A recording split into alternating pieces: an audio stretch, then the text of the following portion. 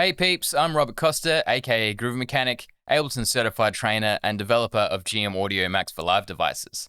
In this video, I wanted to show you a few more examples of how I like to use GMaudio TransD 2 to help you think outside the box when you're using the device for yourself. I'll play the project.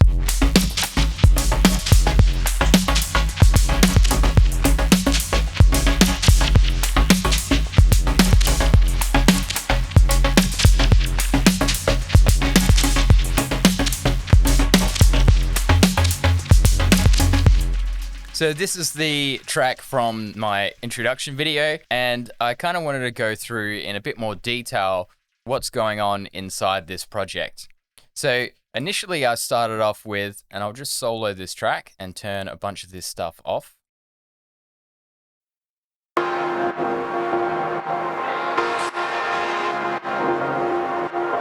I started with this ambient bed, and this is actually a bed that I made for a live set. So I was trying to create some kind of tonal textures that I could put in the background of a kind of dub techno live set. And what I ended up doing was just applying a shifter. So I kind of tuned it to my project, or just really what felt right. So down 4 semitones, and that now it sounds like this.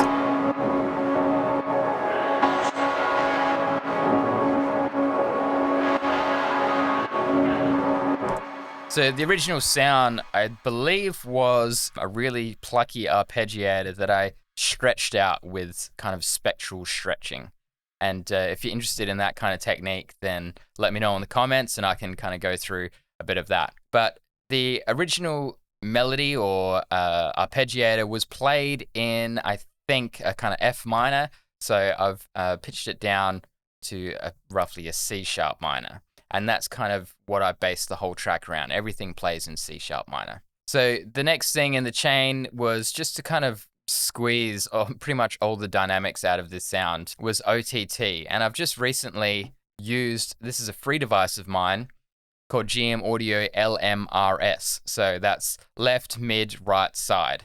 And this is basically a very simple mid-side encoder decoder that enables you to basically use it to sandwich effects, so that you can put anything in mid-side. So I'm actually using OTT in mid-side to help kind of control the mids a little bit and expand the sides a little bit. So this is how that sounds.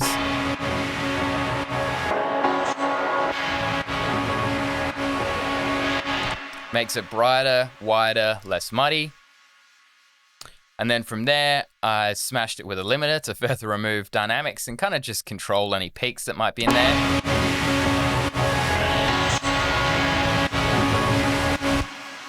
And then just some basic EQ to kind of tidy up the sound a little bit. And then that's where the magic starts happening with GMaudio TransD 2. So for the source sound, as you probably saw in the introduction video, I had this djembe loop. And that's just from the core library, Ableton's core library, just searched djembe and yeah, found something I kind of liked. So that is being used as the source. So I've got that in a track labeled source.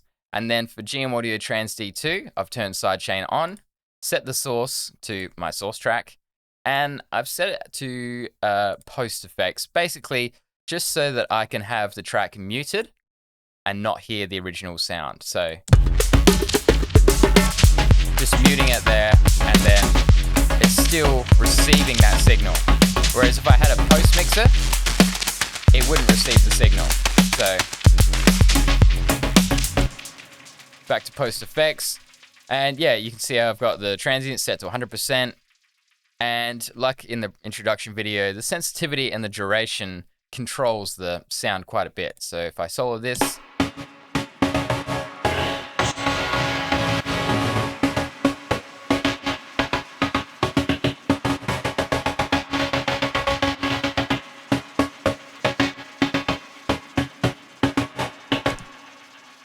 so yeah, the sensitivity kind of changes how many of the drum hits are being picked up, and the duration changes the envelope length, so how kind of long this tonal bed plays, which is now kind of more like a pluck.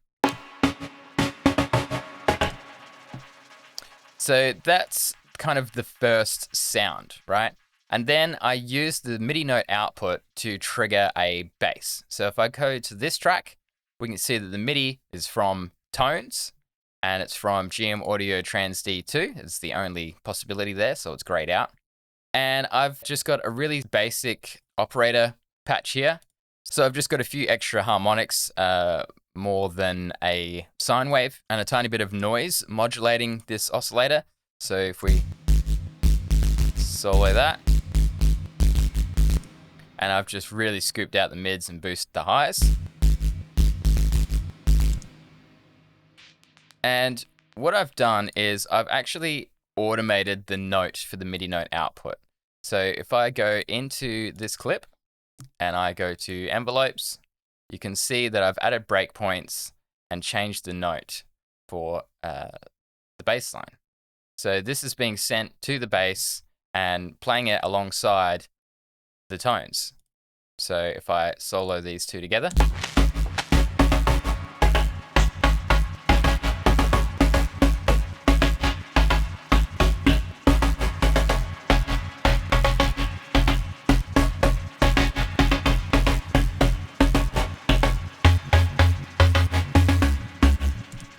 so you could do all sorts of things with the automation there, just keeping in mind that it is monophonic, but you can turn that monophonic MIDI input or output into polyphony with some of the native MIDI effects in Ableton Live. So the last sound that I've got in this kind of TransD layers group that I've got is some noise. So if I turn all this stuff off, you can hear it's just noise. So it's called GMA analog noise. So I'm not quite sure where I've got the noise from, possibly from recording synths or just some kind of noise that I've picked up in a circuit somewhere. First thing I'm doing is using GMaudio Fusion, and I've set the input as the source. So that's the original djembe loop. So now if we have a listen,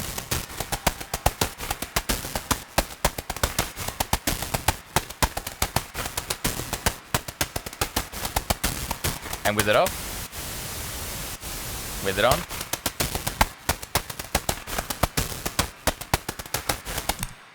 so it's basically doing a bit of ring modulation. That's kind of how Fusion works, and it's giving rhythm and texture to this noise.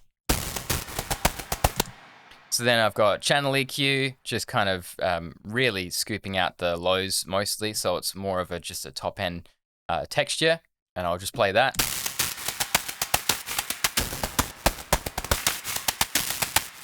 So that's really to just kind of sculpt room for the other sounds in this kind of group. Then there's the auto filter, and I've got sidechain set to on and the audio from the external envelope. So you can see on this track here, I've labeled it external envelope, and I've got the audio from Tones, which is this bed with TransD 2 on it. And yeah, I've got the output of GMaudio TransD and the monitoring set to in. So that way it's always listening to the audio from this device. And then I've just got that muted.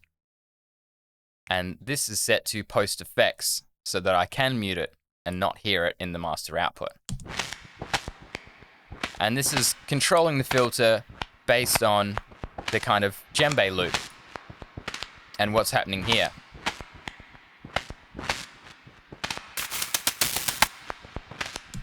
So that just kind of adds another kind of musical, noisy texture to this layer group.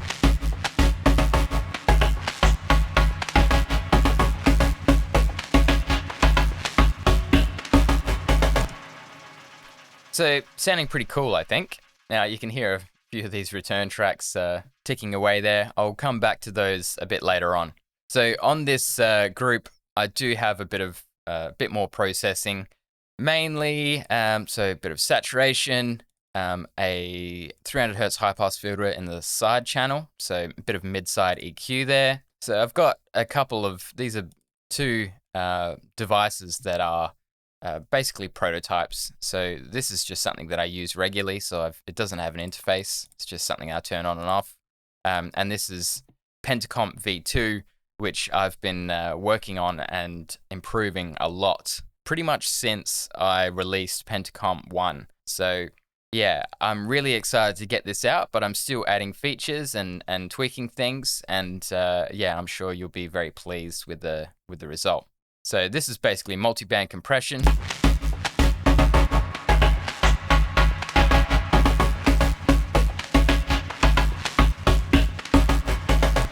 And I've got quite a high ratio. It's doing a lot of compression, and that's probably a big signature in this project, is using Pentacomp quite heavily to get this kind of punchy yet controlled sound. So I've got a bit of EQ, bit of a clipper, just to kind of shave off any of those peaks, and 2 duckers, one for the kick and one for the snare.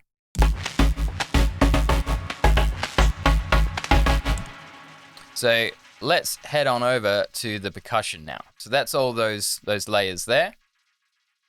And in the percussion, I've got another prototype, a kick synth that I use quite regularly. It looks pretty ugly, but this will be released at some point. Where it gets interesting is in this group, I've used TransD in a kind of split processing type setup. So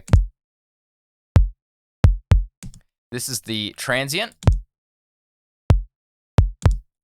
So basically what I've done is I've applied GMaudio TransD 2, and then I've grouped it, and then I've duplicated the chain. So I have 2 chains, and I mapped sensitivity and duration to macros so that both of these instances of TransD2 have the same settings. So that way they're doing the perfect split processing.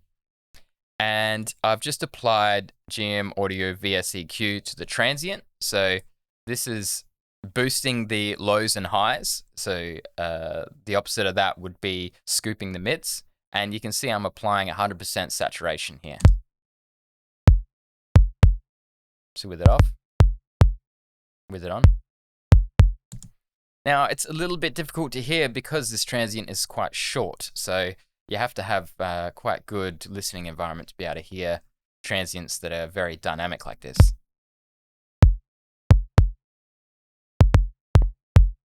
But you can hear that the bass in the Transient is a lot more punchy and present.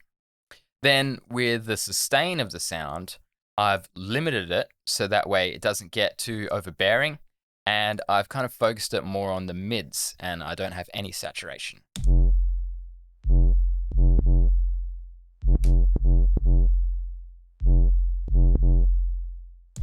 So if I turn these off, so I'm kind of using this limiter as a type of saturation, and it's distorting it quite nicely. And then kind of making sure that those extra harmonics from the limiter are more in the mids. So the sustain becomes more tonal, and the Transient is more percussion-y, so a bit more bass and top end. And together.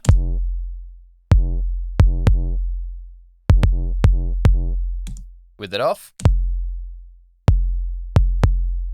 By no means a bad kick, but with it on, it's kind of, yeah, it's adding something different. So I could go a bit further and perhaps add some noise to this sustain element. In fact, let's do that a little bit. We'll go drive and color, erosion.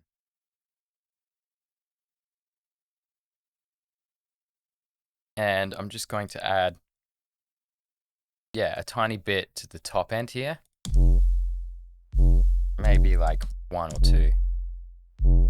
And that might even sound good before the limiter.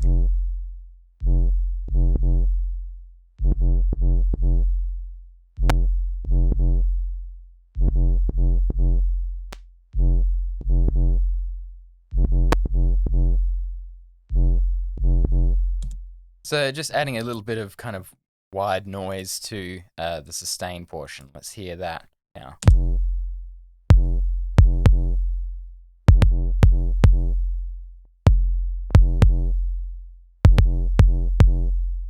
So that's kind of cool, just kind of getting a bit more variety in this kick, really.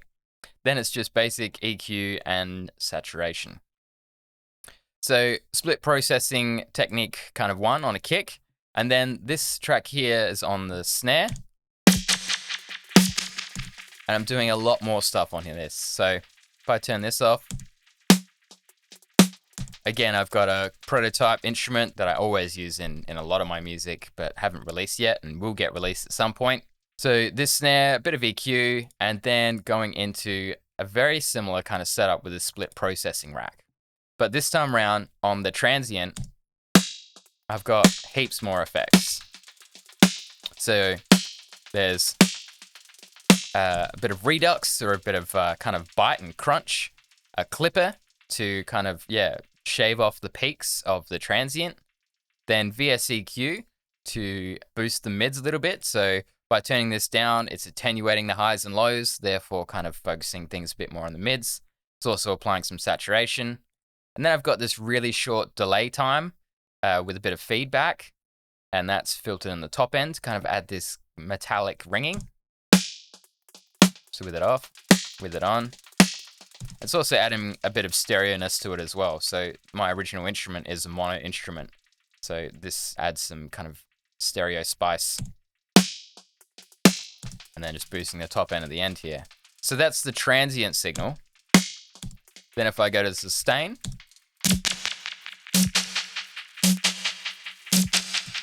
things get a bit weirder. As you can probably tell, I like to go a bit bananas sometimes with some of these effects, and this is where Ableton Live really shines, I think. The ability to use these racks and chains and all sorts of parallel processing, and you can make a very simple sound incredibly complex with all these layers. But the first thing I've got is a auto filter, and I'm actually taking the sidechain from my external envelope again. So each time one of the synth layers is triggered, one of these, it's actually moving this filter. And that's just, I don't know, I kind of like the idea of tying sounds together with this kind of common modulation. I think it can make all the sounds kind of feel a bit more alive. It's kind of like a feedback system. Everything's bouncing off of each other. I kind of like that. And there's so many different ways that you can play with that and explore that. So there's a little bit of a bandpass filter being modulated by the external envelope. That's in parallel. So it's kind of like a wah pedal. So basically a wah pedal is quite often a bandpass filter that is controlled by an envelope follower. So I've kind of just applied that to the sustain, as well as applied some VSEQ. So here I'm boosting the lows and highs of this snare, kind of opposite to what I did with the kick. Then I've got an echo on there. I'll turn that off. And then back on.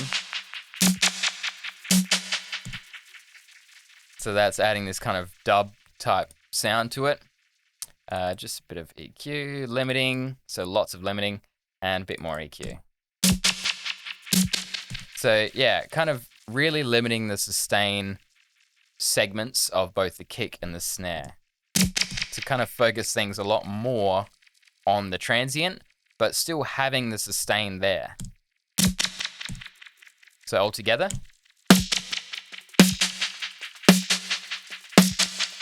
And with it off. And with it on.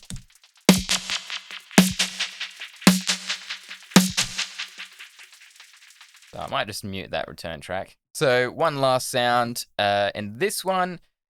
Again, this is like an instrument that I always use. It's actually just using an operator, but I will turn this into my own little hat instrument at some point.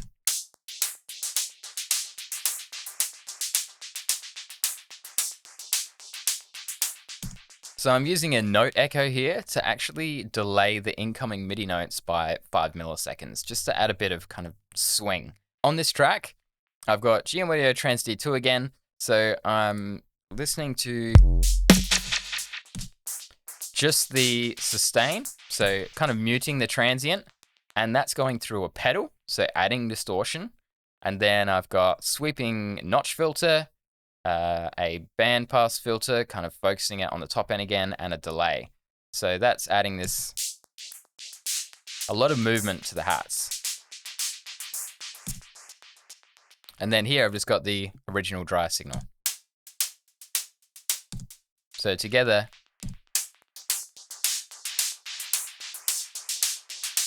I'm getting lots of movement in these very basic hat patterns. And to be honest, when I build out this track, I would probably add some more variation to these hats. But having this from the get-go, a lot of movement in the sound, kind of makes it, yeah, you get a bit more mileage out of the sound. Then on the group, I've just got, yeah, some kind of mixing EQ. GMaudio Pentacop again, working quite heavily.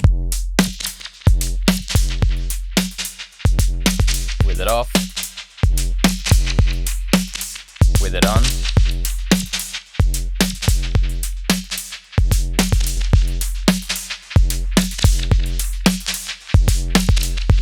So really bringing out the punch of things. I'm sorry to keep teasing this device, but I'm pretty excited about it. It will be coming soon. So that's all the percussion stuff. Now, yeah, let's have a listen to all that together.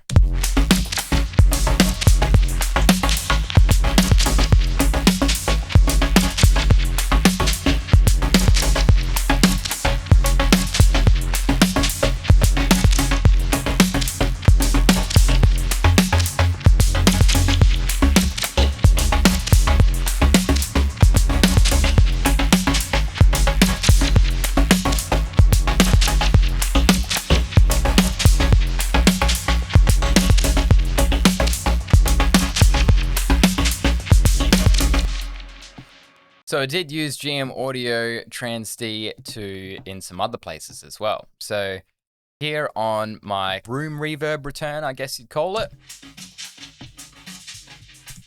I've actually killed the transients going into this return. So if I turn it back on,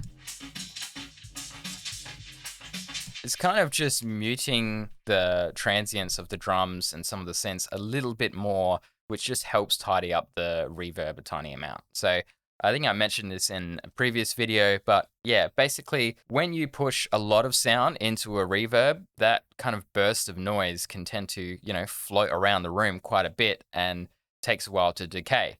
But if you kind of mute the onset of the sound or the transients of the sound, then you can get a much cleaner, more sustained reverb sound that can give a bit more ambience rather than being this kind of slappy echo. It's quite a subtle effect, but it works well. So I've got that on the room reverb return track. Then here I'm doing a similar thing on my kind of bigger reverb.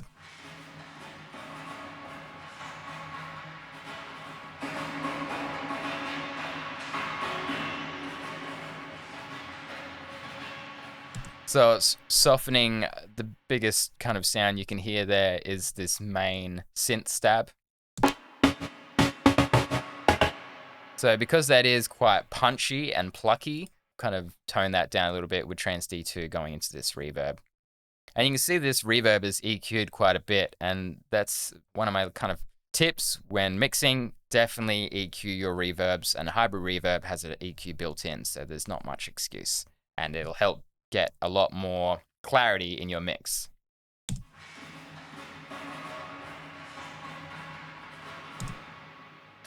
Then the last return I have here is kind of, I tend to have one of these in every track, is a bit more of a kind of weird delay textural thingy. So it's just a delay, bit of feedback, sweeping notch filter, an echo, and then a grain delay. So all these delays kind of combine to create unique rhythm and quite a lot of stereo energy. And then I'm basically using GMaudio TransD 2 as a kind of ducker. So GMaudio ducker is made specifically for kick and bass, and the envelope is designed so that there are no pops and clicks when it's used on a bass line. But when you have sounds that are higher in frequency and don't necessarily have as much low frequency energy, then it's less likely to hear these pops and clicks. So GMaudio TransD 2 can be used like a ducker and tends to work pretty well on things like synths. So things where you aren't so worried about artifacts and stuff like that, and that they might actually add something to the music. And because GMaudio TransD 2 is very fast compared to Ducker, these artifacts are going to be minimal anyway. The envelope of TransD 2 has still been thoroughly tested to mitigate as many artifacts and aliasing as possible, but it is tailored more towards synths and things that have higher frequency energy, basically anything above, let's say, 200 hertz, rather than basses, which commonly fall a lot lower than that. So yeah, basically don't be afraid to use it in all kinds of different ways. It definitely works as a ducker. And that's just ducking these delays out of the way of the rest of the sounds. So that way, those sounds that I want to have impact will punch through the mix while this kind of delay thing just trickles away in the background.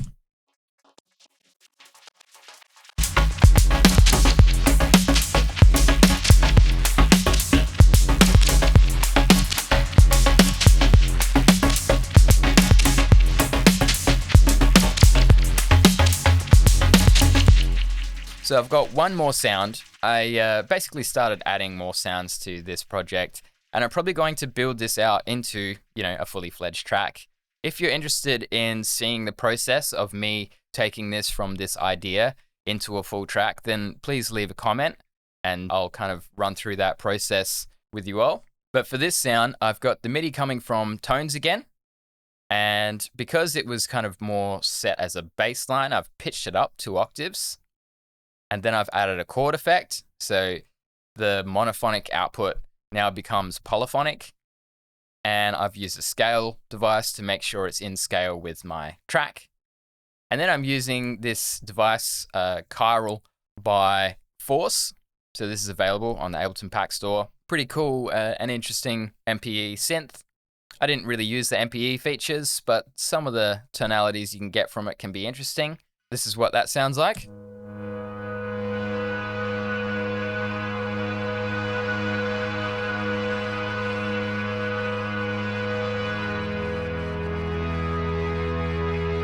So it's quite nice already.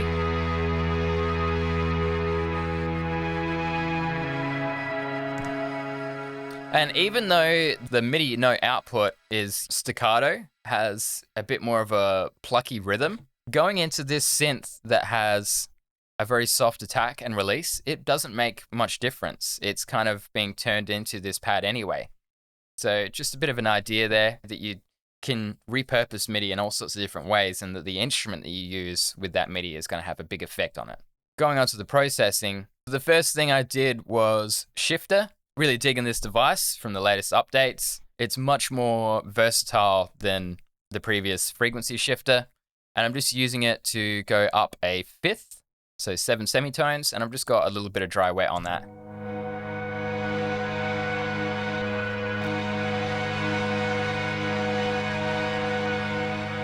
And it's just adding some complexity tonally. Next thing after that is GMaudio Fusion, and I've got it fusing with itself, post effects, and the dry wet on 50%.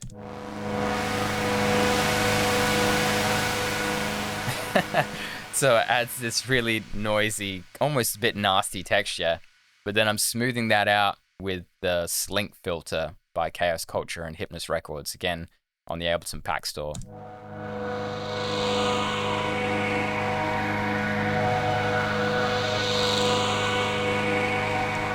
So that's 50% dry wet, just adding a bit of movement. Then I've got a high pass filter just to remove any of the mud from all these crazy effects. And then a bit of EQ. Then I'm using GMaudio TransD 2 as a ducker again, but only 50%. So I kind of just wanted to, had too much to sustain, and it was adding too much density to the mix, which in turn took away from some of the other instruments. So I'm just ducking it a little bit to kind of give it a bit more rhythm and tie it in with the other sounds, but also to give myself some more headroom for the other instruments.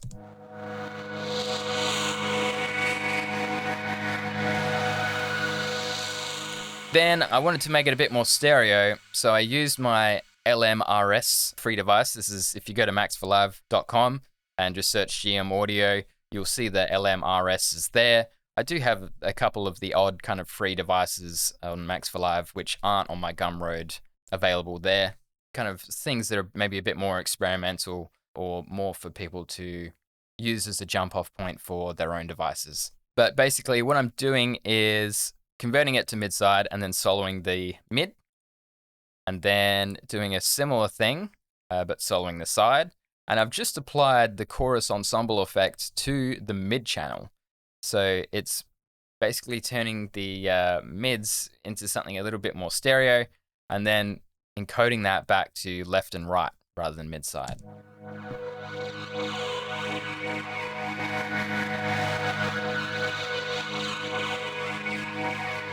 So you can hear it really pushes the sound right out to the sides and adds this kind of more phasery type sound. And that really helped with the mix because it was already quite dense and full. So this sound, this pad really needed to be pushed outward to leave room for all the other sounds. So because I still want it to be dense in frequency and in, dynamics, the only other thing left is width. So if I make it really wide, then I can move it out of the way of the other stuff. Then lastly, I've got an auto filter, just doing a little bit of low passing, a compressor set up more like a limiter, and my little 300 hertz cut in the side channel. So a bit of mid-side EQ.